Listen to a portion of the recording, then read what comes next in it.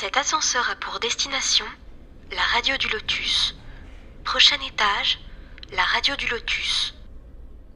Terminus. Ouvrez grand vos oreilles à présent. Le voyage commence maintenant.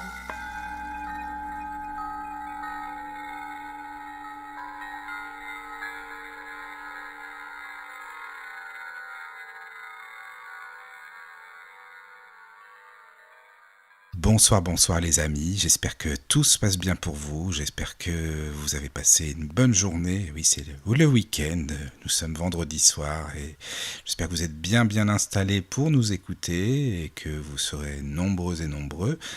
Ce soir je suis bien comme tous les soirs avec Caroline, bonsoir Caro. Bonsoir Mickaël. Ça va bien? Chaudement en Belgique. Ah ben pareil, ça c'est en ce moment, c'est comme ça. Voilà. Et donc ce soir, nous allons parler d'un sujet qu'on n'a jamais abordé encore sur la radio, donc c'est une première, et en plus c'est avec un invité que j'apprécie beaucoup, puisque c'est la deuxième fois qu'il vient sur la radio du Lotus, c'est Patrice Marty. Bonsoir Patrice. Bonsoir Mickaël, bonsoir Caroline et bonsoir à tous les auditeurs. Eh bien ravi de te retrouver, vraiment, ça fait super plaisir. Ben oui, ça fait un moment quand on ne pas parlé. Ça fait 3 ans. Me voilà de retour. Voilà, c'est ça. On avait fait une émission sur les crop circles, tu nous en avais parlé. Voilà, c'était super intéressant. Et ce qui s'est passé, c'est qu'on a rediffusé cette émission il n'y a pas longtemps et il y a eu beaucoup de succès. Les auditeurs étaient vraiment très contents. Donc je dis, allez, banco, on refait une émission, on va appeler Patrice. Et puis voilà, ça s'est fait comme ça, quoi. Et là, tu vas nous parler des crânes de cristal. Alors là, par contre, c'est vraiment mystérieux. Pour moi, je t'avoue, j'en avais entendu parler. Et alors, quand j'en ai parlé avec Caro, elle m'a dit « Oh, c'est Indiana Jones, on va parler de ça. » Donc, on a parlé de ça. Voilà.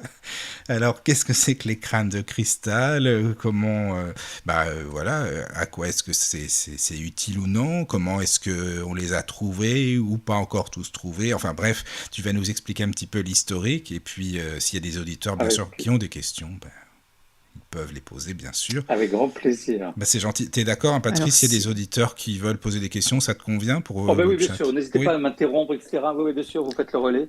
D'accord. Avec grand plaisir. Donc, Caro, je te laisse donner Donc, si les personnes veulent nous rejoindre sur le chat, c'était lk.io/radio du Lotus. Voilà. Et il y a déjà Arnaud et Picasso. Bien sûr. Bonsoir, présents, les amis. et Emmanuel. Ah voilà. Si tu veux y aller, Patrice, tu aussi, évidemment. Voilà. Comme ça, tu verras les messages en même temps. Hein. Donc, n'hésitez pas à poser vos questions, ou pour les plus timides, peut-être, par mail, contact@laradiodulotus.fr. Tout simplement.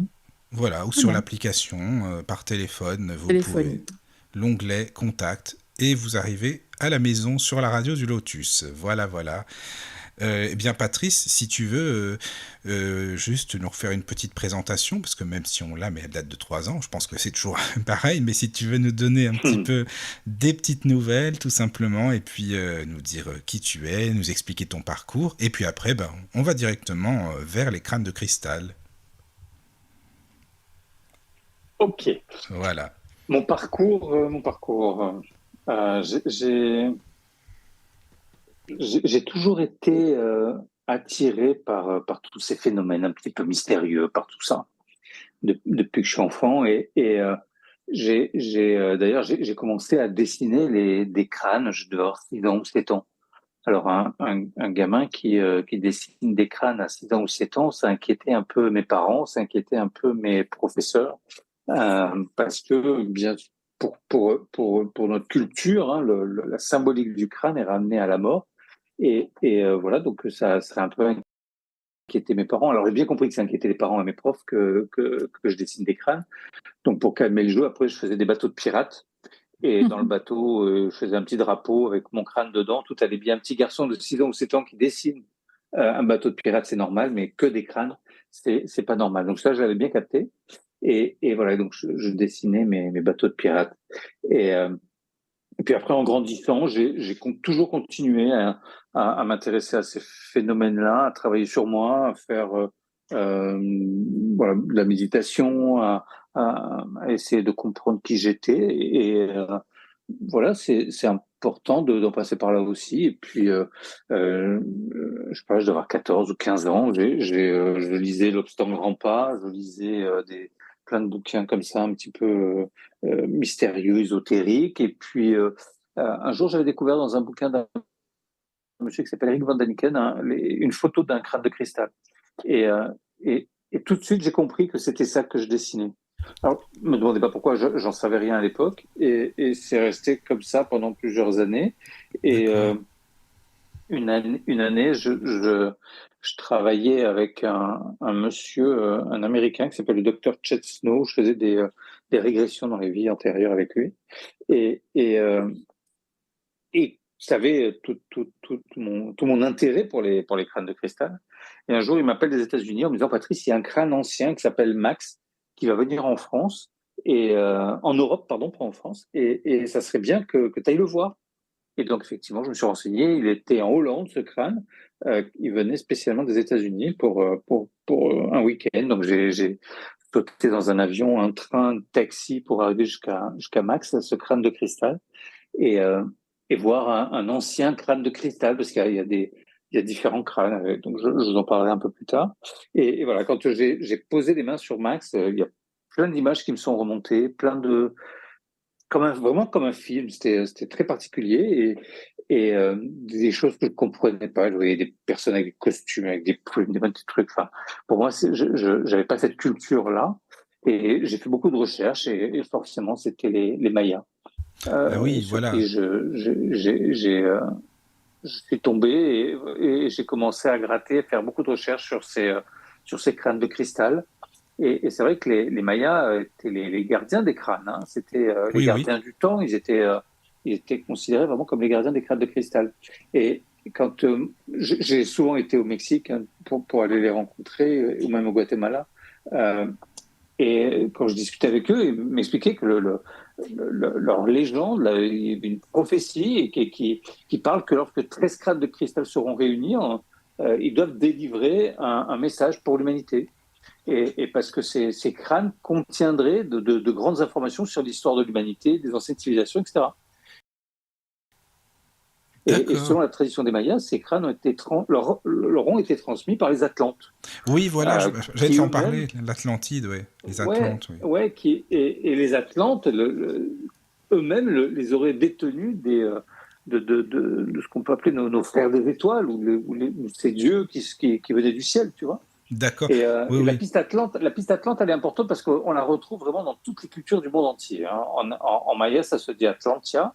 Oui. Et dans toutes les cultures, on parle de l'Atlantide. D'ailleurs, il y a beaucoup de temples au Mexique qui font allusion à l'Atlantide. Hein. Il y a un temple à Tula qui est magnifique, qui est au nord de Mexico. Et là, il y a des monolithes, des statues très très grands, qui sont très particulières parce qu'on dirait qu'elles ont des outils dans les mains ou des armes. Elles ont des choses sur la poitrine comme des appareils pour respirer, enfin des choses un peu particulières. Et ce temple s'appelle le temple des Atlantes. Donc voilà, l'Atlantide est vraiment très très proche du peuple et de la culture maya. C'est quelque chose qui est très présent. Et il y a plein de temples où il y a les temples mayas qui sont présents. Il y a beaucoup de temples dédiés aux Atlantes. Et ça, on le retrouve beaucoup.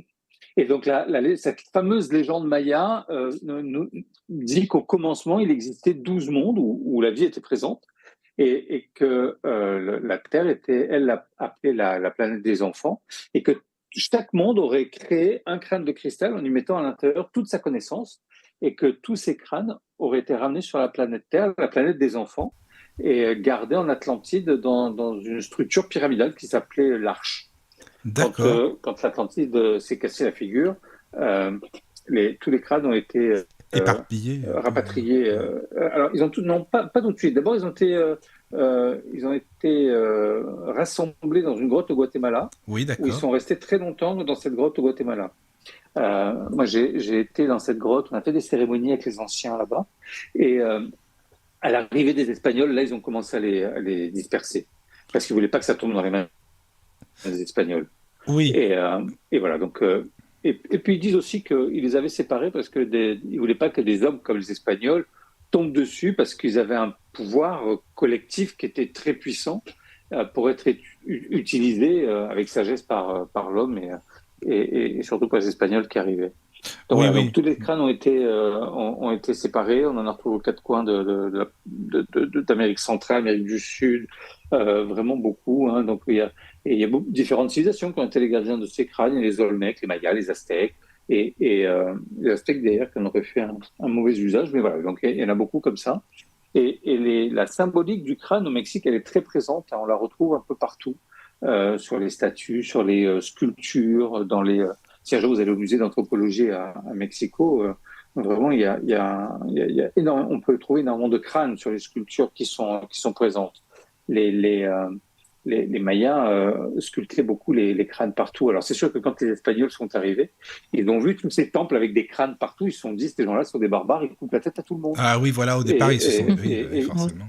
Tu vois, mais en fait, ils sont arrivés avec leurs propres préceptes, parce que les barbares, c'était ces chrétiens qui venaient faire ce massacre qu'ils ont fait là-bas en Amérique du Sud, en Amérique centrale.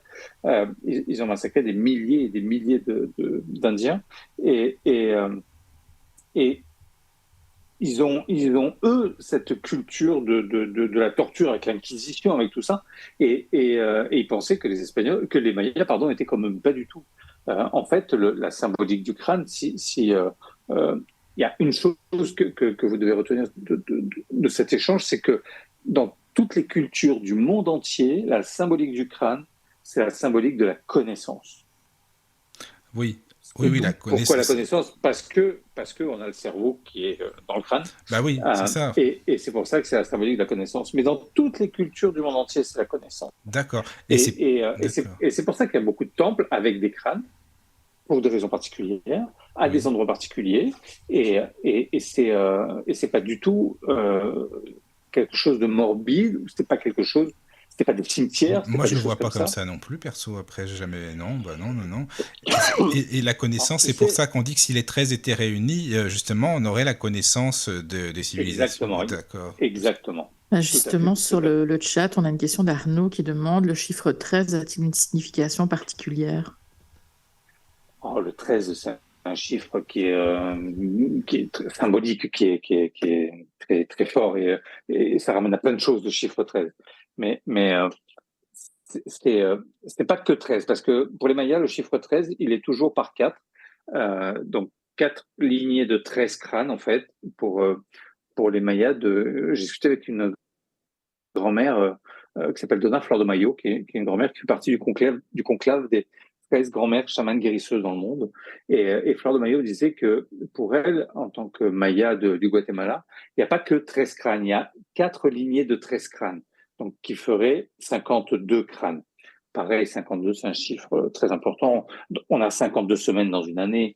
Enfin, il y a plein de symboliques très fortes, que ce soit sur le chiffre 13 ou sur le 52. Le 13, c'est pareil, on en a fait bien souvent un chiffre un peu maudit avec les 13 personnes à table, le chiffre 13 ou qu'on ne veut pas. Voilà. Tout ça, ce sont des choses qui ont été mises en place par l'Église pour nous éloigner de la symbolique, de l'essence même de ces symboliques. Par exemple, souvent, on retrouve Jésus sur la croix avec à ses pieds le crâne et le serpent, parce qu'il avait la connaissance, et le serpent, c'était la guérison, c'est le symbole des médecins, des pharmaciens. C'est le caducée des médecins, c'est des serpents qui s'entrecroisent. Donc c'est la symbolique de la guérison, du soin, pas du tout l'animal du mal qu'en a fait l'Église. Et voilà. Et donc ils ont essayé par plein de subterfuges, essayé de nous détourner des valeurs ancestrales de ces symboles-là. Que ce soit le crâne ou le serpent. Et voilà, c'est important d'en avoir conscience. Et les crânes, c'est pas que chez les Mayas. On en retrouve des crânes en cristal. On en retrouve au Népal. On en retrouve dans l'Himalaya. On en retrouve en Mongolie. On en retrouve chez les Indiens d'Amérique, qui connaissent très bien ça. Surtout pas trop les Navajos, surtout les Cheyennes. Ils sont bien avec ça. Et les Hopis aussi sont très branchés avec ça. Les Dogons aussi, ils ont une symbolique des crânes qui est très importante. Ils ont des danses avec les crânes.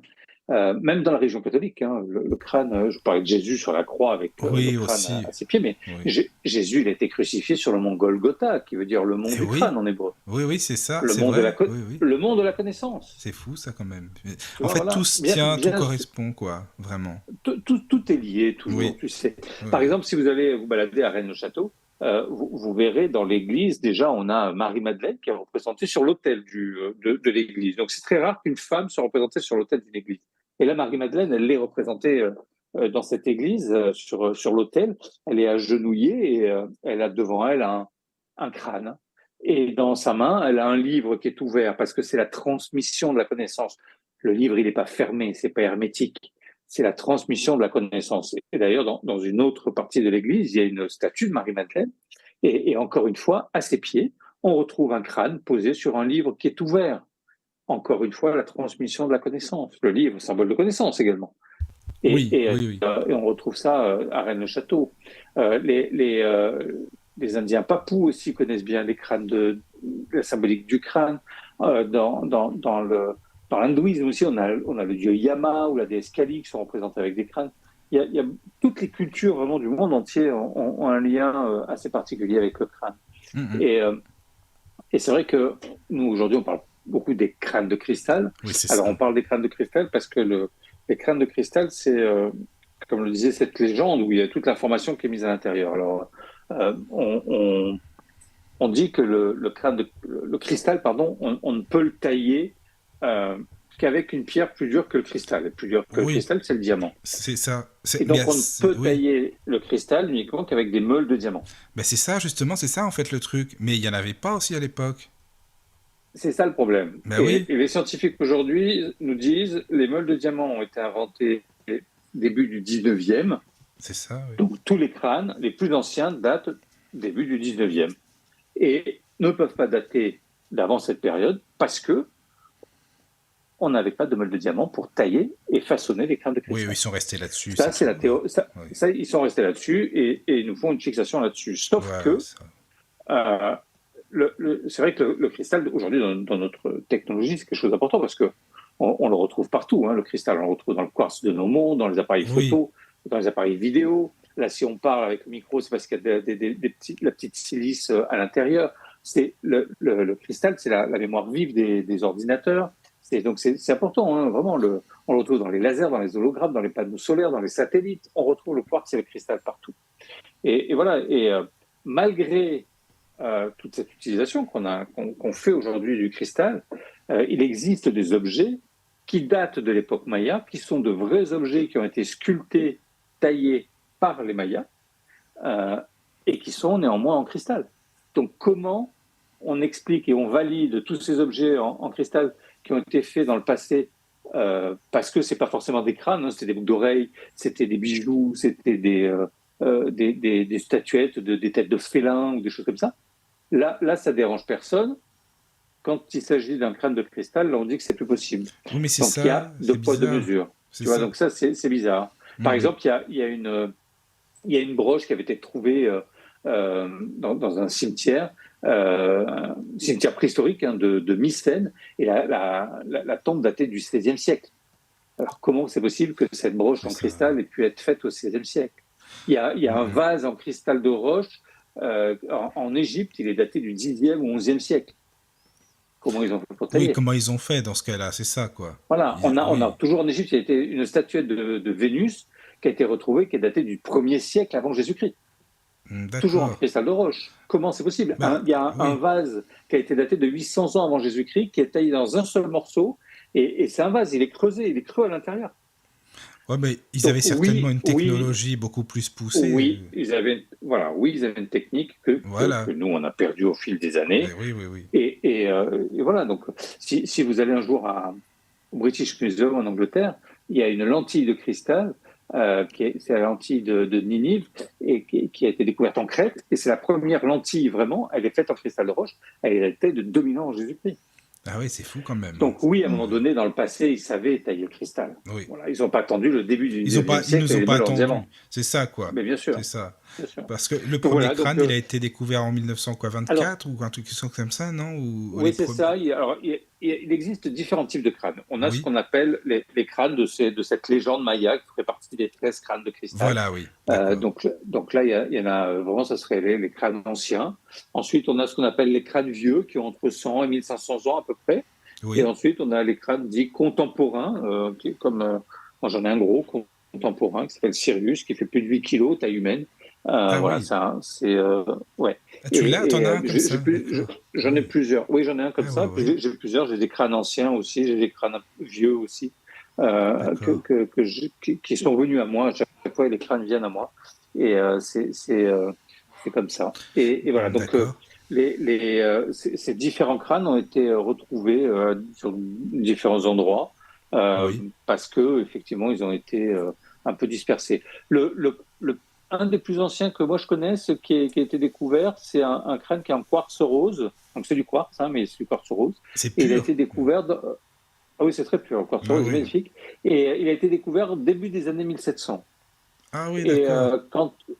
Et il était enterré avec des objets en or, des objets qui étaient réalisés par les cystes. Et ça a été daté. C'était en Ukraine. Et tous les objets en or ont été datés de 700 ans avant Jésus-Christ. Ah oui, et le crâne était là avec. Donc ils ont dit le crâne, pareil, 700 ans avant Jésus-Christ. Donc toujours pareil. Mais peut-être qu'il est plus ancien que ça, on n'en sait rien. Bah oui, comment il a été fait ce crâne, c'est toujours pareil, on en revient à ça à chaque Personne fois. ne sait. Personne. C'est Mais ça. justement, est-ce que dans le crâne, il y a beaucoup de crânes comme ça. Mais c'est représenté comme un cerveau humain dans le crâne, non? Non, il y a vraiment que juste la forme du crâne. Que juste la forme du crâne. D'accord. D'accord. Donc voilà, donc il y a des crânes anciens comme ça qui font partie de la légende des 13 crânes de cristal. Alors il y a le crâne le plus célèbre, c'est le crâne de Micheligus, qui est un crâne qui a été découvert effectivement en 1924 par cet archéologue qui s'appelait Frédéric Micheligus. Et avec sa fille Anna. Ensuite, on a le crâne Max, le fameux Max dont je vous ai parlé, que j'avais été voir en Hollande. Il y a le crâne Shannara, il y a le crâne Synergie, Kinbat, Popol Vuh, Rambo, Einstein, Mahatma Satman. Tout ça, ce sont des crânes qui feraient partie de cette légende maya. Alors, si vous les avez comptés, il n'y en a pas 13. Moi, j'en ai référencé 9. Oui. Il y en a certainement d'autres ailleurs. Il y en a peut-être dans des collections privées. On a perdu la trace, qu'on ne reverra peut-être jamais, j'en sais rien. Mais moi, j'en ai identifié 9 sur les 13. Oui, mais tu sais, peut-être que ça n'arrangerait pas justement les grands soi-disant de ce monde que les 13 soient rassemblés aussi. On est d'accord. Après, il y a des crânes plutôt vieux, comme je vous disais. Donc, il y en a un au British Museum qui est très beau. Il y en a un aussi à Paris, le crâne de Paris, qui est conservé malheureusement dans la cave du Quai Branly. Il y en a un qui est au Tibet, qui s'appelle Amar. Il y en a un autre au Smithsonian Institute aux États-Unis, à Washington. Voilà, ça c'est des crânes plutôt vieux. Mais c'est des merveilles quand ils sont exposés. Au British Museum à Londres, il est exposé, vous pouvez le voir. Et il est vraiment très très beau. Moi ça m'intrigue, je t'avoue. Au toucher, je me demande comment c'est, tu vois, c'est ça en fait, parce que bon, c'est. Au toucher, c'est très particulier, ouais. Ça doit être tout lisse, non, je sais pas. Enfin, j'arrive pas à imaginer. Alors c'est tout lisse, ouais. Non, c'est très lisse, c'est très doux. D'accord. Et voilà, alors on sait que par exemple aussi Porfirio Diaz, qui était le président du Mexique dans les années 1870-1910 par là, qui était plus dictateur que président, mais on sait que sur le bureau présidentiel, il avait 2 crânes en cristal. Ah oui. Un en cristal et un autre en améthyste. Ouais. Mais au Mexique, c'est un peu monnaie courante. Déjà au Mexique, ils sont très spiritualisés. C'est vrai. Oui, bien sûr. C'est ça. Ouais, c'est ça. Donc voilà, donc il y a comme ça plein de crânes à travers la planète qui ont été retrouvés. E.T., c'est un crâne que j'aime beaucoup, qui est en quartz fumé aussi. Il appartient à une dame maintenant qui s'appelle Jokie Van Dietten et qui est un peu âgée maintenant et elle est propriétaire de plusieurs crânes de cristal comme ça anciens. D'accord. Et c'est une dame qui avait une grande fortune. Sa famille était les descendants toute sa famille, c'était les importateurs exclusifs pour tous les Pays-Bas de Lamborghini, Maserati et Ferrari. Donc elle avait quelque argent cette dame et donc elle a acheté plein de crânes anciens parce que elle était persuadée que ça allait l'aider dans la guérison parce qu'elle avait une tumeur au cerveau. Et effectivement, elle a guéri de sa tumeur au cerveau. Elle est persuadée que c'est le crâne en cristal qui Ah bon? qui l'a guéri, qui l'a soigné. Ouais, ouais. Ah oui? Non, mais pourquoi pas? Après, ouais, pourquoi ouais, pas? mais après, pourquoi pas? Ça reste je veux pas dire de la croyance, mais ça reste son histoire. Oui, c'est ça. Et voilà. Après, si Oui. elle croit à ça, moi, ça me va bien, et tant mieux. C'est Tant ça. que ça lui fait pas du mal et que ça lui fait du bien, tout va bien. Voilà, exactement. Mais alors, tu dis que ces crânes, ils étaient rassemblés. Donc par rapport à l'Atlantide, donc tu disais hein, tout à l'heure, ils étaient rassemblés, ils ont tous été dispersés ensuite. Mais alors, ça veut dire que qui étaient les personnes qui gardaient ces crânes? Ça veut dire qu'ils avaient aussi beaucoup de connaissances? Bah déjà, ils en avaient évidemment pour avoir fait les crânes. Alors, mais c'est ça que je me demande dans l'Atlantide. Alors après, une fois que les crânes ont été amenés dans cette grotte au Guatemala, les crânes après, à l'arrivée espagnole, les crânes ont été dispersés. Et là, ils ont essayé quand même quand ils ont dispersé les crânes, ils ont essayé de les confier à chaque fois à des chefs de clan, à des chefs de tribus, à des prêtres, à des choses comme ça. Donc, pour pas que ce soit n'importe qui et des hommes qui ont la sagesse à quand même, quoi. Non, il y en a quand c'était, par exemple, j'ai eu des choses qui m'ont été transmises où il y avait quand même une grosse manipulation aussi des peuples à un moment donné, où ils se servaient des crânes quand même comme objet de pouvoir pour manipuler les foules et manipuler les gens quand même. Hein. Donc oui. Tu sais, l'homme est faible. Hein. Ça, c'est l'homme, oui. Voilà. Et oui. D'accord. Oui. Et voilà, donc ces crânes sont vraiment incroyables. Ils ont une énergie très particulière. Moi, suite à ma rencontre avec Max en Hollande, après j'avais commencé à rêver de Max et je le voyais en France. Et donc j'avais fait des recherches sur Internet, je ne trouvais rien. Et j'ai appelé le monsieur que je connaissais aux États-Unis, là, qui m'avait donné l'info pour Max en Hollande. Et il me dit, écoute, je vais appeler la propriétaire de Max, je vais voir avec elle, je la connais bien, c'est une amie. Et donc il l'appelle et elle lui dit non, je vais pas en France, il n'y a rien de prévu en France. Donc le monsieur me rappelle, Chet Snow me dit, non, Patrice, c'est pas prévu qu'ils viennent en France. Bon, je reste là-dessus, mais je continue toujours à faire ce rêve assez récurrent quand même. Et donc je le rappelle, je lui dis, écoute, le rêve, je continue toujours à le faire. Je lui dis, t'es vraiment sûr? Il me dit, mais peut-être que c'est toi qui dois le faire venir en France, Patrice. Et c'est comme ça que j'ai organisé le premier festival des crânes de cristal en France. D'accord. Et c'était en 2005. Oui. Et donc à partir de 2004, j'ai commencé à beaucoup communiquer sur les crânes de cristal en France, dans la presse.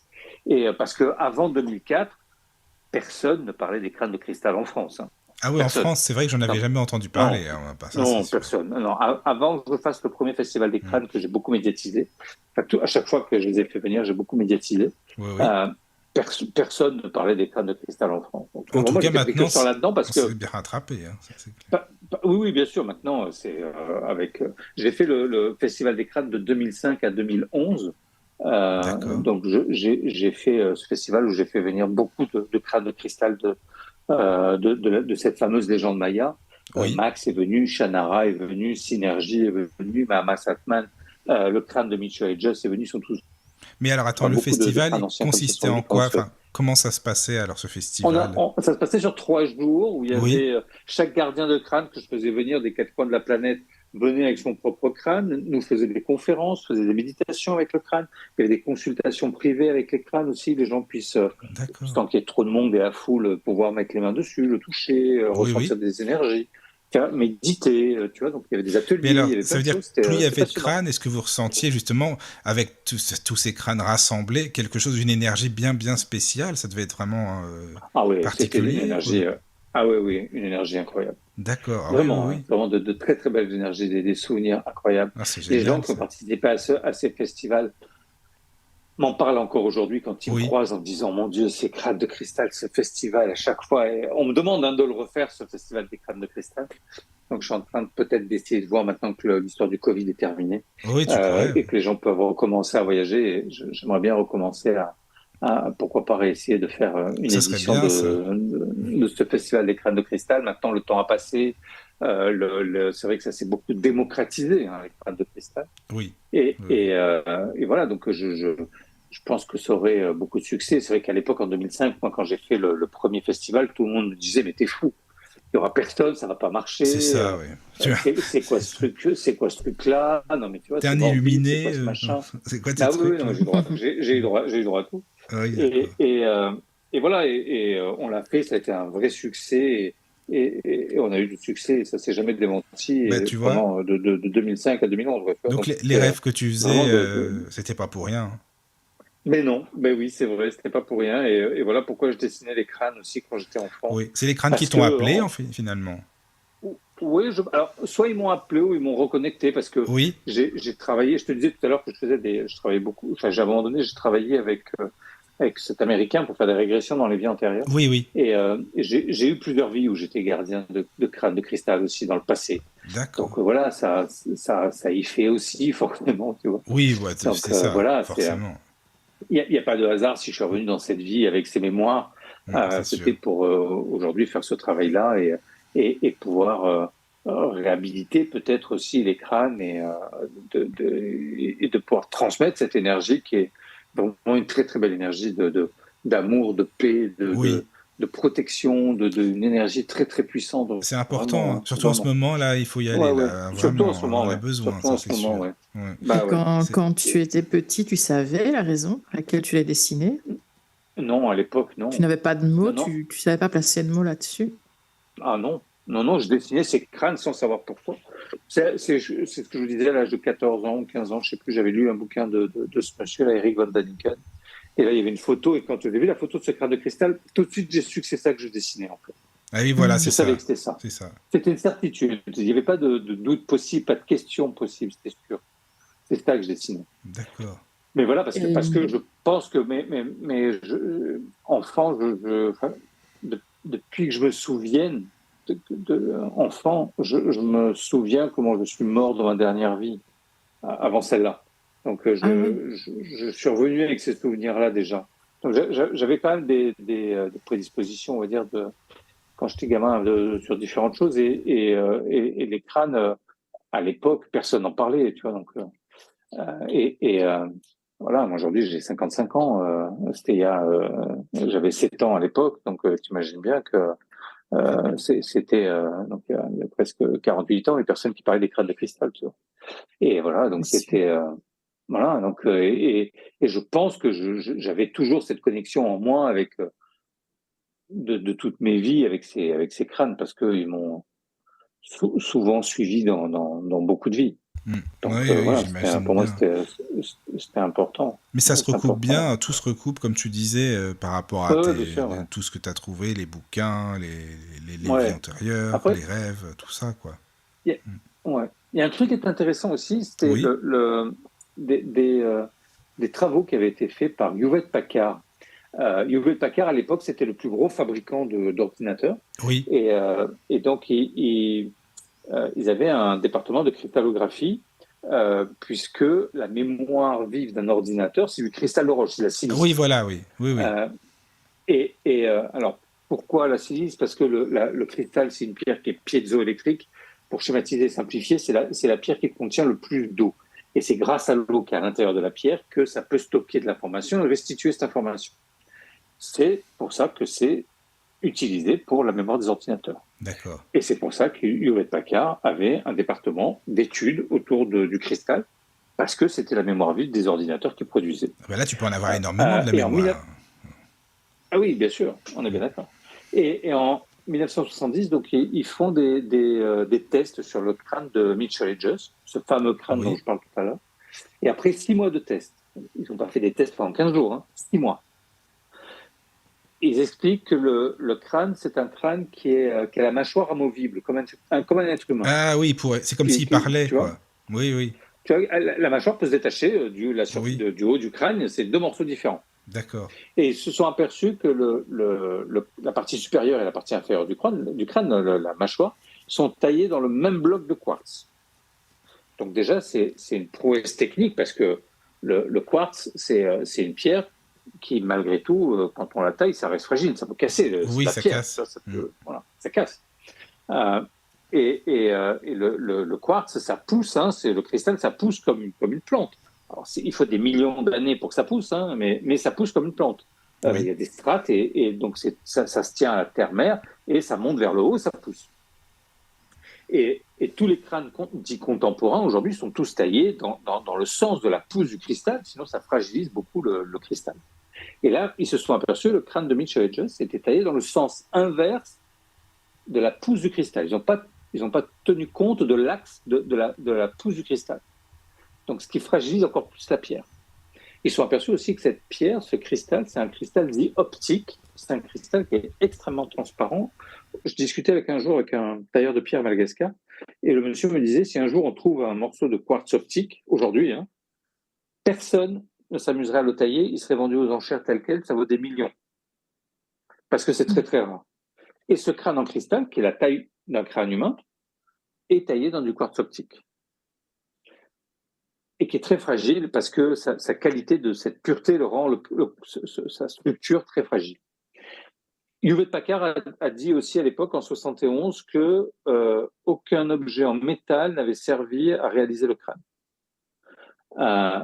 Ils disent que ils auraient dû le polir avec du sable et de l'eau pendant des centaines d'années, pour pouvoir arrondir la pierre, mais bon, ça n'explique pas comment ils ont séparé la partie supérieure et inférieure, ça n'explique pas comment ils ont fait l'intérieur des dents, le nez, les yeux, tu vois, c'est pas possible. Et ils disent qu'ils n'ont trouvé aucune marque d'éraflure sur le cristal, et même quand ils l'ont analysé au microscope, parce que Hewlett-Packard à l'époque avait des microscopes très puissants, et ils n'ont jamais rien retrouvé de traces sur ça. Il y a même un scientifique qui a dit cet objet ne devrait pas exister. Et pourtant, il existe bien, il est là. Et voilà, et donc le crâne est vraiment incroyable. Si on met de la lumière derrière le crâne, la lumière ressort par les yeux de ce crâne. Ils ont fait des tests en laboratoire, ça a brûlé ce qu'il y avait en face. C'est une pièce qui est prodigieuse, vraiment. Vraiment. Et ils ont tous le même poids? Non, pas du tout. Non, okay. Non, il n'y en a aucun qui fait le même poids, aucun n'a vraiment la même tête, si je puis dire. Ils sont tous différents. Et vraiment, c'est des pièces uniques, vraiment. Ça, c'était les tests qui ont été faits, comme je te le disais, dans les années 70. Et il y a en Angleterre, au British Museum, ils ont fait des tests aussi sur les crânes de cristal. Et là, ils ont voulu réunir plusieurs crânes de différentes personnes. Donc, ils ont fait venir le crâne du British Museum, qui était sur place, donc ils ont pu l'avoir. Ils ont fait venir le crâne de Paris, ils ont fait venir le crâne de Washington. Donc ça, c'était les crânes qui appartenaient à des musées. Ils ont fait venir le crâne Shannara, ils ont fait venir le crâne Max, qui appartenaient, eux, à des privés, à des particuliers. Et ça, c'était en 1996, quand ils ont fait ces tests. Donc, ils ont préparé ça pendant des mois, parce que sortir 3 pièces comme ça des musées, c'est compliqué, il faut des assurances, c'est long, etc. Pour les privés aussi, les 2 privés qui devaient venir avec leur crâne, c'était pas simple, ils avaient un peu du temps aussi, l'un bossé, l'autre non, mais enfin, donc ils ont organisé ça, ils l'ont organisé pendant des semaines avant que ça puisse voir le jour. Et c'est le British Museum qui a payé les tests qui ont été faits sur tous ces crânes, qui a payé aussi pour faire venir tous ces crânes en Angleterre, donc des États-Unis, ils ont payé les billets d'avion, les hôtels, les restaurants, etc. Et ils ont fait les tests sur tous les crânes. Et au bout de 3 jours ou 4 jours, ils rendent des conclusions et ils disent que le crâne de Washington, le crâne du British Museum et le crâne de Paris sont tous des crânes qui datent du début du 19e siècle, comme par hasard. Oui, c'est toujours ça, voilà. Forcément, quoi. C'est ça, oui. Voilà. Par contre, pour Max et Shannara, ils n'ont pas voulu rendre leurs conclusions. Il ne faut pas se mouiller non plus quand même à ce point-là, quoi. Il ne faut pas non plus abuser. Voilà. Ça, c'est sûr que de ne pas avoir rendu les conclusions sur Max et Shannara, alors qu'ils ont rendu leurs conclusions sur les 3 autres, forcément, ça épaissit un peu plus le mystère par rapport à ces 2 crânes, tu vois. Et moi, j'ai contacté le British Museum parce que j'ai créé un oracle sur les crânes de cristal avec 52 cartes à l'intérieur, le chiffre 52 dont on parlait tout à l'heure. Oui. Et donc, j'ai contacté le British Museum pour avoir le crâne du British Museum dans cet oracle. Ils m'ont accordé la possibilité de le faire.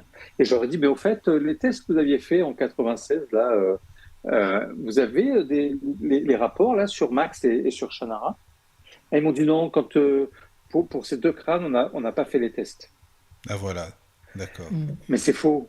C'est faux, bien évidemment que c'est faux, parce que j'ai contacté la gardienne de Max, que je connais bien maintenant, et elle a dit bien sûr qu'ils ont fait les tests, Patrice, on était là, on les a vus faire. Ah oui, voilà, ils Et t'ont pas... elle me dit, t'imagines que ils vont nous faire payer, ils vont nous payer un billet d'avion des États-Unis jusqu'en Angleterre. En 96, les billets d'avion coûtaient cher, l'hôtel pendant une semaine, le restaurant, etc. Puis une fois que les crânes sont là, dire, oh Ils ben font non, rien. on va Non, pas faire non, les tests. voilà, c'est Tu vois. ça, quoi. C'est pas, C'est ça. mais c'est Bien ridicule, sûr, c'est ben oui, ridicule. oui, oui. Donc ce qu'ils ont trouvé, forcément les dérange, sinon Ils auraient... ils auraient, ils auraient parlé. Ben oui, ça les dérange, Voilà. ben oui, forcément. Ça m'étonne pas. Voilà. Alors, je sais pas s'il y a des questions sur le chat, parce que peut-être que, au cas Alors, où, n'hésitez pas. sur le chat, il y a Arnaud, il y a Adeline, il y a Mimiline, il y a Oui. Picasso aussi. Picasso dit sujet très mystérieux que je ne connais pas, j'écoute avec attention. Et puis Arnaud qui demandait est-ce qu'on peut dater la première découverte, mais ça on l'a dit tout à l'heure. On ne peut pas dater la pierre. Oui, c'est pas ça. possible de dater la pierre. Donc, parce que c'est pas datable. On n'est pas sur de l'organique, et donc il faut de l'organique pour dater la pierre, ou de l'or, ou des choses comme ça, ou des objets de la poterie, ça on peut.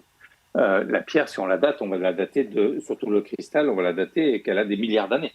Parce que du cristal, ça se fait en très très longue période. Mais on ne peut pas dire, voilà. Aujourd'hui, a priori, avec les techniques, de nouvelles techniques qui ont fait leur apparition, aujourd'hui, ils arrivent à s'approcher quand même d'une date au moment où ça a pu être taillé quand même. Ah oui. Mais tu te rends compte, Patrice, parce que par rapport à ce que tu disais, là, par rapport à Hewlett-Packard, tu sais, imaginons qu'il y ait les 13 crânes, par exemple, qui seraient pas disposés forcément, mais avec un ordinateur, comme tu le disais, ça se trouve, on aurait toutes les connaissances avec l'ordinateur du monde, depuis que le monde est monde, ou les anciennes civilisations ou autres. Parce que ça doit être tellement de terras et des terras et des terras là-dedans, tu vois, c'est ça, quoi. Ça doit être un truc de dingue. Bah oui, c'est ça, c'est ce que je me dis. Mais oui, et c'est vrai que plus on pense que plus le crâne de cristal est gros, plus il peut emmagasiner d'informations. Voilà, oui. C'est comme une clé USB, quoi. Tu vois, pareil, voilà, plus elle est grosse, plus elle peut prendre d'informations.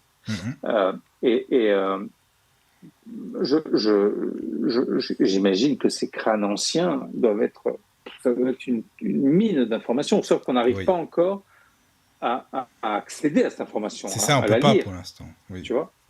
Pour l'instant, on n'y arrive pas. Tu sais, c'est pas compliqué. Demain, si moi je me retrouve dans une jungle très reculée, je tombe sur un autochtone, je lui donne mon ordinateur portable, même s'il y a plein de choses à l'intérieur, des films, de la musique, des centaines de livres, il va pas pouvoir.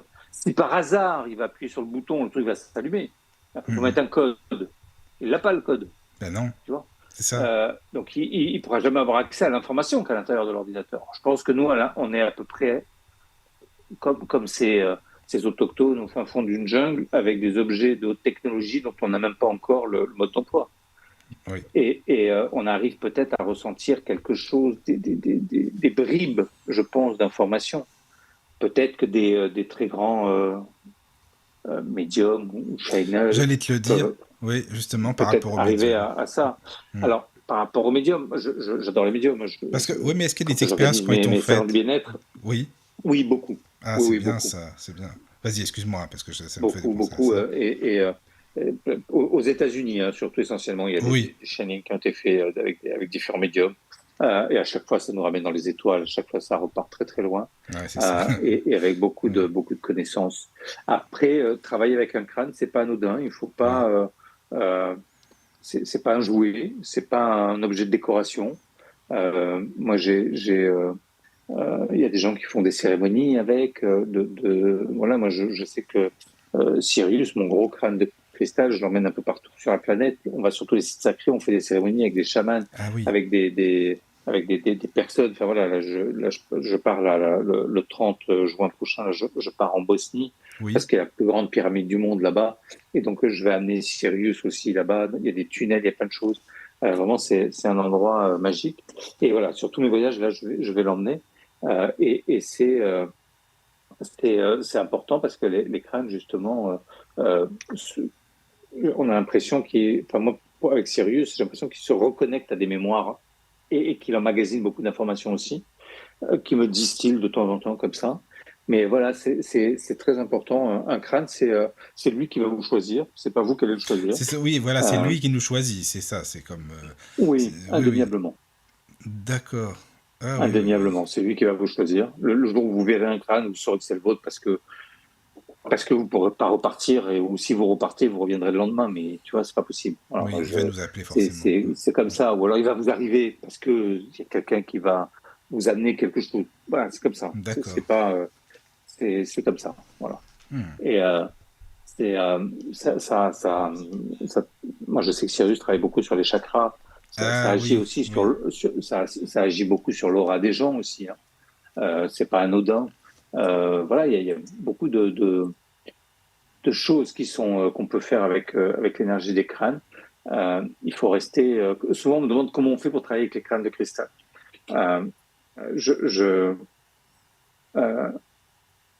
La réponse que je donne, alors elle paraît très simple, mais c'est certainement la réponse la plus compliquée à mettre en œuvre, c'est se déconnecter du mental et que tout doit passer par le cœur.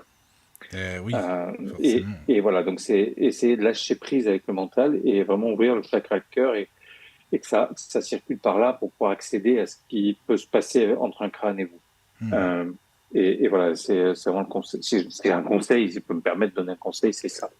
C'est ouvrir le chakra cœur et essayer de déconnecter le mental, pas mentaliser quoi que ce soit avec les crânes, parce que sinon après ça marche pas. Bah, c'est simplement des ressentis. Oui, et puis voilà, moi j'ai des tonnes et des tonnes d'anecdotes avec ces crânes depuis que je travaille avec cette énergie-là. Et ça travaille vraiment comme des clés au sens propre, au sens figuré, pour de vrai. Ça m'a ouvert des portes, mais à des niveaux qu'on peut même pas imaginer. Au sens propre et au sens figuré, ça m'a ouvert des lieux. Il y avait des cadenas attachés avec des chaînes, les lieux étaient fermés. Grâce au crâne, les cadenas s'ouvrent et on me laisse passer. Donc ça ouvre vraiment des portes incroyables. Voilà, il faut être. Moi, j'essaie de rester le plus attentif possible à cette connexion, à cette relation que j'ai avec eux. Oui, qui est importante, qui est riche, ouais. Et voilà, donc après, je travaille souvent avec cette énergie des crânes parce que j'en ai rencontré beaucoup. J'ai eu cette chance-là quand j'ai fait le festival des crânes de cristal. Et les gens me demandaient de pouvoir travailler avec l'énergie des crânes, même des anciens, se reconnecter à l'énergie. Et c'est pour ça aussi que j'ai créé cet oracle des crânes de cristal, pour que les gens puissent travailler avec l'énergie. Mais justement, tu peux nous crâne, en parler. Même s'ils n'ont pas le vrai crâne. Oui, mais comment cet oracle, c'est un oracle où il y a 52 cartes, avec 52 crânes que j'ai sélectionnés pour mettre dans cet oracle. Ah oui, d'accord. Et ensuite, donc, dans ce livret qui accompagne l'oracle, il y a des protocoles pour travailler avec, il y a des cérémonies qu'on peut mettre en place. Il y a, là, j'ai écrit de nouvelles choses que j'ai mis sur le site internet aussi, des crânes de cristal pour pouvoir des protocoles thérapeutiques, des protocoles méditatifs. Donc, on peut travailler juste avec une carte. On peut travailler, par exemple, comme il y a 52 cartes, on a 52 semaines. On peut travailler avec l'énergie d'un crâne pendant toute une semaine, par exemple. D'avoir à côté de soi sur la table de nuit. C'est des ressentis, il n'y a pas une règle spécifique, quoi. Je veux dire, il n'y a pas besoin d'apprendre avec telle carte qui représente ça, non. Après, dans le livret, vous avez, un petit descriptif du crâne, son poids, sa forme, sa taille, la matière, etc. Le nom de son gardien, où est-ce qu'il a été trouvé, il y a une petite histoire du crâne. Et il y a aussi un petit message méditatif qui a été transmis, qui m'a été donné par tous les gardiens des crânes, pour que ce soit le petit message de chaque crâne, en fait. Et c'est tous les gardiens des crânes qui m'ont transmis ça. Et donc voilà, on retrouve ça. Et sur le site internet, il y a tout le livret que j'ai écrit là, avec tous les protocoles thérapeutiques et de méditation avec lesquels on peut travailler. Il n'y a pas besoin d'avoir fait un travail en amont avec les crânes, mais je pense que c'est une première approche pour travailler avec l'énergie des crânes de cristal, pour ceux qui ne connaissent pas encore trop cette énergie-là, et avant de franchir le cap, peut-être avant d'acheter un crâne en cristal.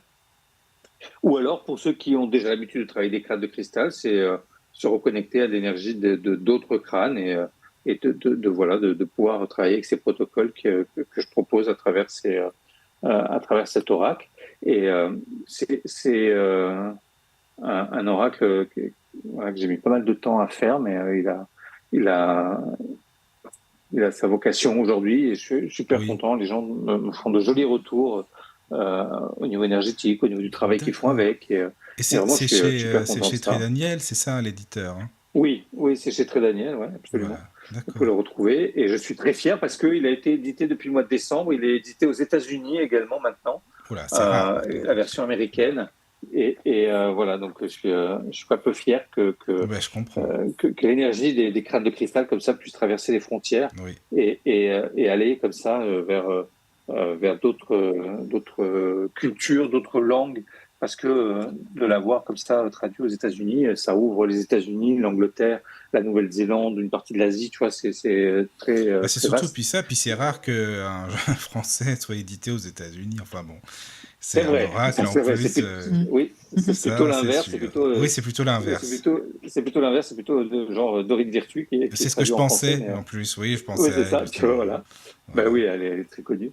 Et voilà, donc un petit français soit traduit là-bas aux États-Unis. C'est vrai que c'est rigolo. Mais c'est bien. Et voilà, là, je suis en train d'essayer de trouver une maison d'édition sur l'Amérique centrale parce que j'aimerais bien qu'il soit traduit aussi en espagnol. Ah oui. Parce que tout ça vient de là-bas quand même et j'aimerais bien que aussi puisse avoir accès à ça, voilà. Ça serait bien. Alors, ça serait bien. S'il y a des questions il y a une remarque d'Adeline. L'été dernier, je me suis acheté un petit crâne en quartz rose qui m'appelait. Il a fait bugger tous les appareils électroniques que j'avais dans mon sac à main. Mes 2 batteries de cigarettes électroniques et mon téléphone ont été capotes. Donc déjà, faut pas fumer, Adeline. Premièrement. Voilà. Voilà, peut-être. Oui, c'est ça. Le message. Non, mais c'est sûr que c'est des énergies qui sont très puissantes. On se rend pas compte, ouais. Et voilà, la puissance d'un petit crâne, nous dit Adeline, c'est pas un très gros. C'est pour ça que je dis vraiment, il faut travailler avec beaucoup de précautions avec les crânes de cristal, parce que c'est une énergie qui est vraiment très puissante et très belle en même temps. Hein, mais voilà, c'est pas faire n'importe quoi. Voilà.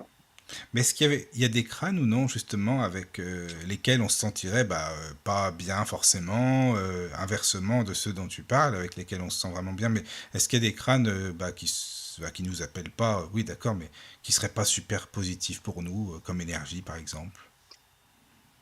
Ou non? Peut-être trop fort. Ou l'énergie trop puissante.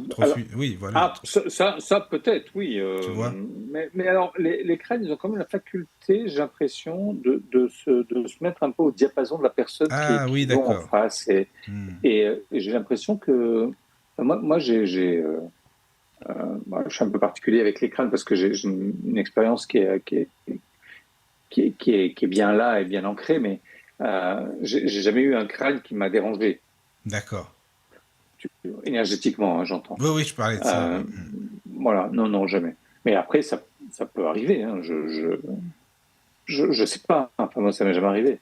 J'avais eu aussi vent d'une personne, a priori, qui avait essayé de faire de la magie noire avec le crâne. Ah, bah forcément, si c'est pour ça. Et que le crâne était tombé, il s'était cassé. Tu vois, comme si le crâne n'avait pas voulu que... Oui. Oui, je comprends bien, hein, ça c'est sûr. Tu vois, voilà. Enfin, déjà, il faut avoir l'idée de faire ça, franchement. Enfin, bref, après, bon, chacun son truc. Hein, mais bon. Alors, il y a une question aussi de Mimiline sur le chat. Est-ce qu'on peut dire qu'en soi, on ne sait pas si ce qui est à l'intérieur des 7 ou 13 crânes qui sont au musée chez les 2 particuliers est positif pour l'homme? Ça pourrait nous être néfaste? Non. C'est une question. Alors, néfaste, non, pas du tout.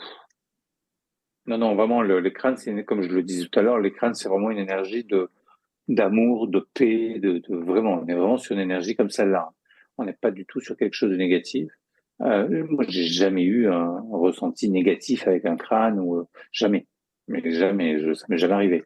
Et d'ailleurs, on parle aussi d'une grille cristalline. L'idée, c'est que tous les crânes, une fois qu'ils sont connectés entre eux une fois, ils restent toujours en contact les uns avec les autres, et que ça ferait comme ça toute une grille cristalline autour de la Terre, d'amour, de paix, de protection aussi, de belles énergies, et pas du tout quelque chose de négatif, au contraire. Je suppose que si quelqu'un y met de mauvaises intentions, ça va être hyper puissant aussi dans ce sens-là.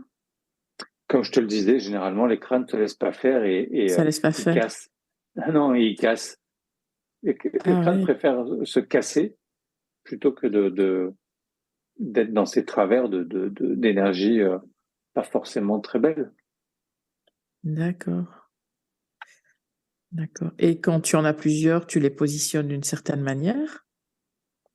Ça dépend. Il n'y a pas de règle. Euh, alors souvent, je fais des cercles avec les crânes. C'est vrai que les cercles, ça fonctionne quand même plutôt bien. Mais encore une fois, il n'y a pas de règle. Voilà. Mais souvent, on fait des cercles, ouais. C'est la formule la plus pratique, j'ai envie de dire, pour qu'ils se connectent tous les uns aux autres. Bon. Ok. Et je vois sur ton site que tu parles d'activation. On va activer les crânes de cristal Oui. lors des cérémonies, etc. Comment ça se passe? Quand on fait des cérémonies, depuis pas mal d'années maintenant, les crânes ont fait un peu leur retour avec pendant de nombreuses années. Les crânes avaient disparu des cérémonies et maintenant, de plus en plus, ils reviennent lors de cérémonies. On peut retrouver des crânes. Et comme je te le disais tout à l'heure, les crânes récupèrent en fait des mémoires quand ils sont sur des cérémonies, sur des lieux. Alors moi, c'est vrai que je voyage beaucoup, je vais au bout du monde, mais on n'a pas besoin d'aller aussi loin. Si vous avez une rivière près de chez vous, vous pouvez recharger votre crâne avec. Et si vous avez une forêt avec des arbres millénaires, vous pouvez aussi faire des cérémonies avec des arbres. Les crânes sont très proche de tout ce qui est nature. Ouais, nature, ouais. Donc voilà, il n'y a pas besoin d'aller au bout du monde parfois. Oui, c'est ça. Non, mais c'est super intéressant parce Ouais. que quand tu parles même, oui, d'une rivière, d'une forêt, c'est toujours pareil, connecté, en plus Oui. avec les peuples dont tu parlais, justement, qui sont très connectés eux-mêmes à la nature, forcément, quoi. Ouais. Ah oui, oui. D'accord. Ah, mais moi, ça m'intrigue, je Oui. t'avoue, tout ça, hein, Patrice. Hein. Vraiment, je me dis, mais j'aimerais bien. Non, mais c'est vrai, en toucher un, pour savoir comment c'est, parce que j'arrive pas, je peux pas les imaginer, moi, tu vois, enfin, c'est pas évident, quoi. Donc, j'aimerais bien Ah non, c'est sûr. la forme et tout ça, au toucher, je sais pas, c'est vrai que ça m'intrigue quand même, voilà, quoi, c'est ça. Mais bon, Bah ouais. oui, oui, oui. D'accord. Là, quand je vais faire quand j'organise mes salons du bien-être, Oui, oui, ça c'est mon métier d'organiser des salons du bien-être. J'ai souvent, je donne des conférences régulièrement et d'accord. parfois sur les crânes de cristal et souvent je viens avec Sirius. Donc là, s'il y a des personnes qui veulent voir Sirius, vous pouvez venir euh, pendant les salons que j'organise et là vous pourrez voir effectivement le crâne. Ouais. Ah, mais ça serait super intéressant. Et dans ces salons, alors bon, enfin, comment ça se passe? Donc, t'as bien sûr les gens qui viennent, mais c'est pas que pour les crânes, hein, c'est ça, dans ces salons de bien-être, il y a beaucoup de personnes, de styles Ah oui, non, différents, bien c'est sûr, ça, oui, hein, bien sûr, oui, tout c'est à fait. ça. Oui, non, moi, quand j'organise mes salons, j'ai je sais pas, entre 150 et 200 exposants. Oui, c'est ça, quoi. Il y a une quarantaine, une cinquantaine de conférences, donc oui, Oui, c'est très dense. oui, oui. Mais après, s'il y en a qui viennent pour voir la conférence et qui veulent passer après un petit moment, on garde toujours un petit peu de temps pour Oui. eux. Oui, puis tu peux Voilà, pour avoir discuter, un répondre aux contact sur les crânes, questions. on peut discuter, Oui, bien sûr, oui, c'est absolument. ça. Donc C'est voilà, important aussi. ouais, bien sûr, ça c'est important. Donc Mhm. là, les prochains salons que j'ai, c'est si vous êtes du côté de Toulouse au mois de septembre, Biarritz. Ah oui, Après, je serai d'accord. à Bordeaux au mois de novembre et à Montpellier au mois de décembre. D'accord. Ah oui, Voilà. tu voyages bien, Et à c'est bon. Marseille aussi, et à Marseille Tu veux aussi pas au venir mois en de septembre. Normandie? Moi, je suis là, je t'attends, hein, si tu veux. Avec plaisir. Bah oui, c'est vrai, ce serait bien. Ah ouais. Oui. Et tu fais par exemple la Belgique ou enfin, je sais pas, les pays Alors, j'ai francophones? jamais été en Belgique Non? j'ai souvent été en Suisse parce que j'étais invité là-bas pour aller faire des conférences avec les crânes.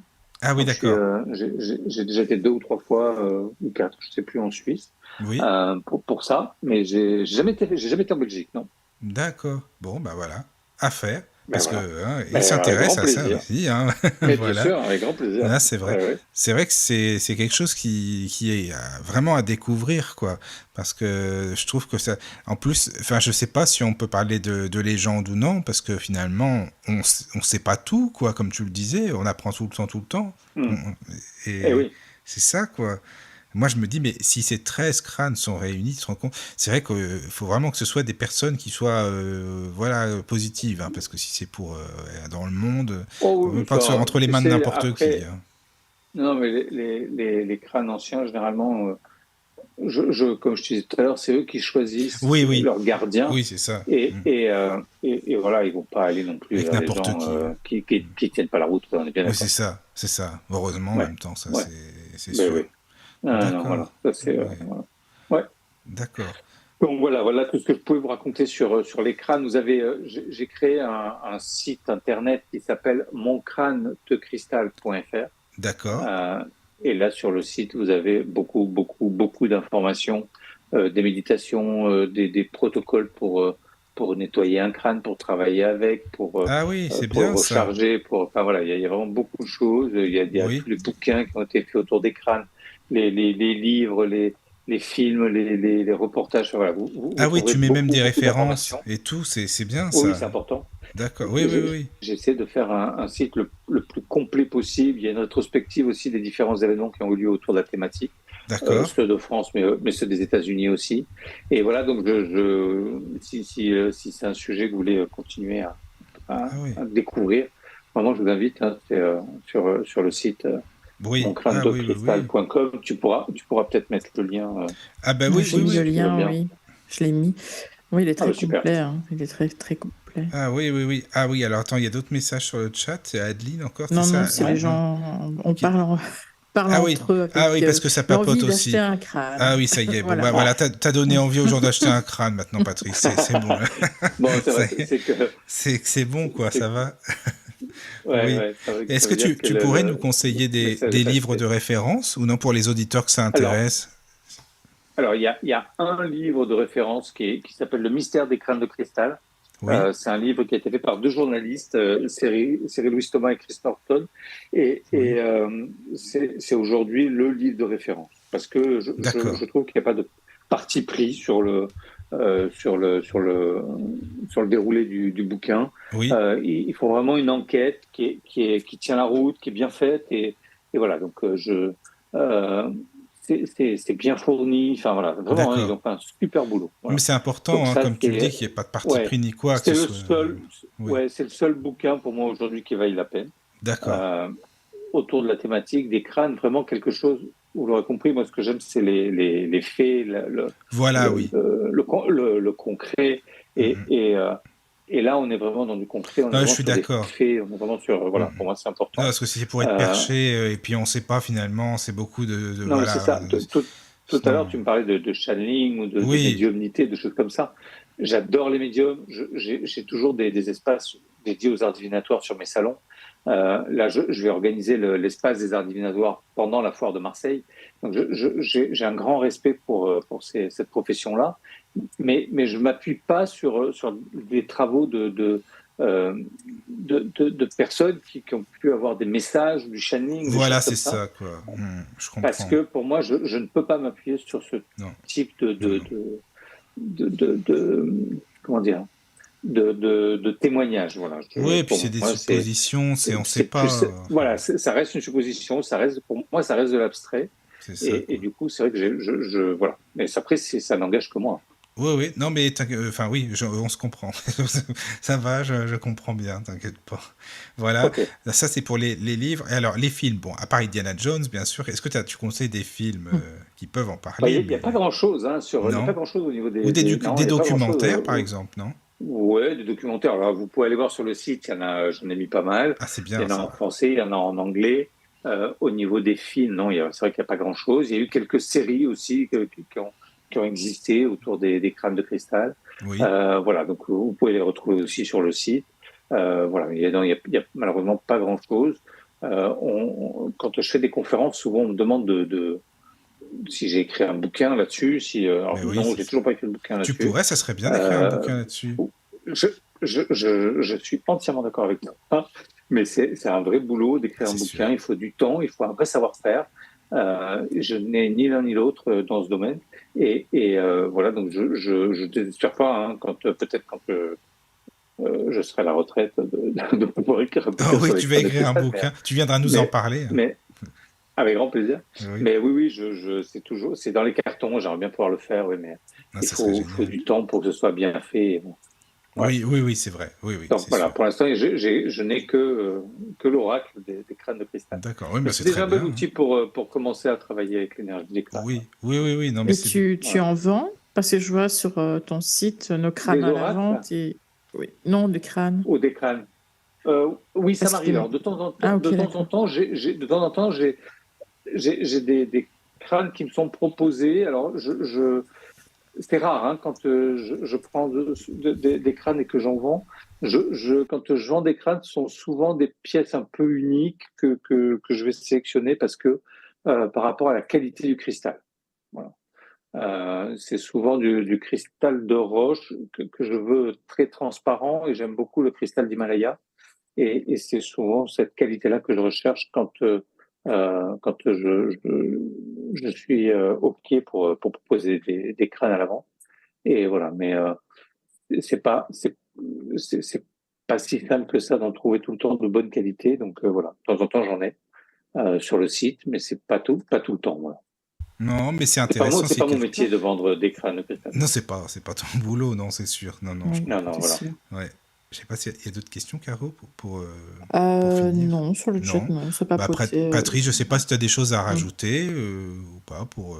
Non, mais je pense que j'espère que j'ai donné beaucoup d'informations. J'espère que. Oui. Ça a donné envie. En tout cas, oui, ça c'est sûr que ça a donné envie. C'est sûr. Oui. Voilà. Donc, si vous avez envie de partager des choses, je suis à disposition, je suis assez accessible, il n'y a pas de souci, et voilà. C'est bien ça. Et si vous n'avez pas quoi faire pendant l'été, on avait fait ensemble l'émission sur les crop circles, j'y retourne cette année, donc j'organise le voyage là-bas tous les ans, avec une entrée privée dans Stonehenge. C'est important parce qu'aujourd'hui c'est interdit de rentrer à maintenant, oui, c'est ce que j'allais dire parce que on peut plus y aller pour l'instant. Non, on peut plus. Mais moi j'ai l'autorisation du gouvernement et j'arrive encore à rentrer à l'intérieur de Stonehenge. Ah, oui. Ouais. Et donc on propose ça cet été là pendant le mois de juillet. Donc il reste encore quelques places si c'est quelque chose qui vous intéresse. Et voilà, après. Donc si les auditeurs veulent t'écrire, il n'y a pas de problème, ils peuvent. Avec grand plaisir, bien sûr. Et à chaque fois, quand je voyage, je vais toujours Sirius. Tu l'emmènes, oui. Toujours. Et non, c'est important pour moi de l'avoir aussi. Et voilà, c'est un super voyage. Et au mois d'octobre, je refais l'île de Pâques. On va sur cette île aussi énigmatique avec les statues, les fameux morailles. Oui, voilà. Voilà, avec ces morailles. Et en avril l'année prochaine, je refais un voyage au Mexique. Voilà, d'accord. Sur la piste justement des crânes de cristal et tout ça et tous les sites sacrés qu'il y a là-bas qui sont juste magiques. Voilà. Ah oui. Donc voilà, plein de projets encore, plein de belles choses. C'est génial. Écoute, si tu veux nous en parler quand tu auras fait tout ça, ça sera avec grand plaisir, bien sûr. Eh ben oui, bien sûr, avec plaisir aussi. Donc pour les voyages, le site s'appelle savoirperdu.com.fr. Il y a tous les voyages. Et pour les crânes, c'est moncrânedecristal.fr où vous avez toutes les infos aussi. Et quand l'émission sera dispo, tu me diras, je mettrai un petit lien aussi sur le site pour si tu veux la partager aussi. Bien sûr, pour la partager et la mettre sur le site avec les autres. D'accord, c'est génial. Écoute, on va faire ça, puis nous on mettra sur la page de la radio. C'est normal, c'est normal. Le partage, super, on est là pour ça. Avec grand plaisir. Patrice, merci beaucoup encore une fois, vraiment. Merci. Et puis, merci à tous les deux. Merci Mickaël, merci Caroline, merci aux auditeurs. Et puis à très bientôt alors. J'espère. À bientôt. Voilà, ça marche. Merci. Bonne nuit à tous. Au revoir. Cet ascenseur a pour destination la radio du Lotus. Prochain étage, la radio du Lotus. Terminus. Ouvrez grand vos oreilles à présent. Le voyage commence maintenant.